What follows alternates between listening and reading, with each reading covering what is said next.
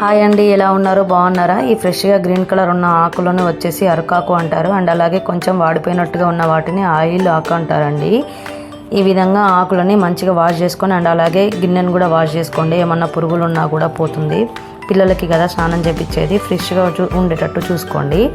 ఈ విధంగా అరకు అండ్ అలాగే ఆయిల్ ఆకులని చిన్న చిన్నగా కట్ చేసుకొని ఒక గిన్నెలో వేసుకొని మనం స్నానం చేసే వాటర్ని తీసుకొని ఉడికించుకోవాలండి. ఈ విధంగా మనకి ఆకుల నుండి రసం అనేది గ్రీన్ కలర్ వచ్చేంత వరకు ఉడికించుకోవాలి. ముఖ్యంగా ఈ వాటర్తో స్నానం చేయడం వల్ల ఉపయోగం ఏంటంటే బాడీ పెయిన్స్ అండ్ అలాగే జలుబు, దగ్గు, జ్వరం ఉన్నా కూడా రిలీఫ్గా ఉంటుందండి. ఏమైనా బ్యాక్టీరియాస్ అలా ఏమన్నా ఎలర్జీ ఉన్నా కూడా పోతుంది. ఇంతే మనకి వాటర్ అనేది గ్రీన్ కలర్లోకి వచ్చేసాయి కదా, వాటర్ అనేది రెడీ అయిపోయినట్టే అండి. మన నార్మల్ వాటర్లో కలుపుకొని స్నానం చేయడమే. Thank you for watching. Please like, share, subscribe. Bye bye.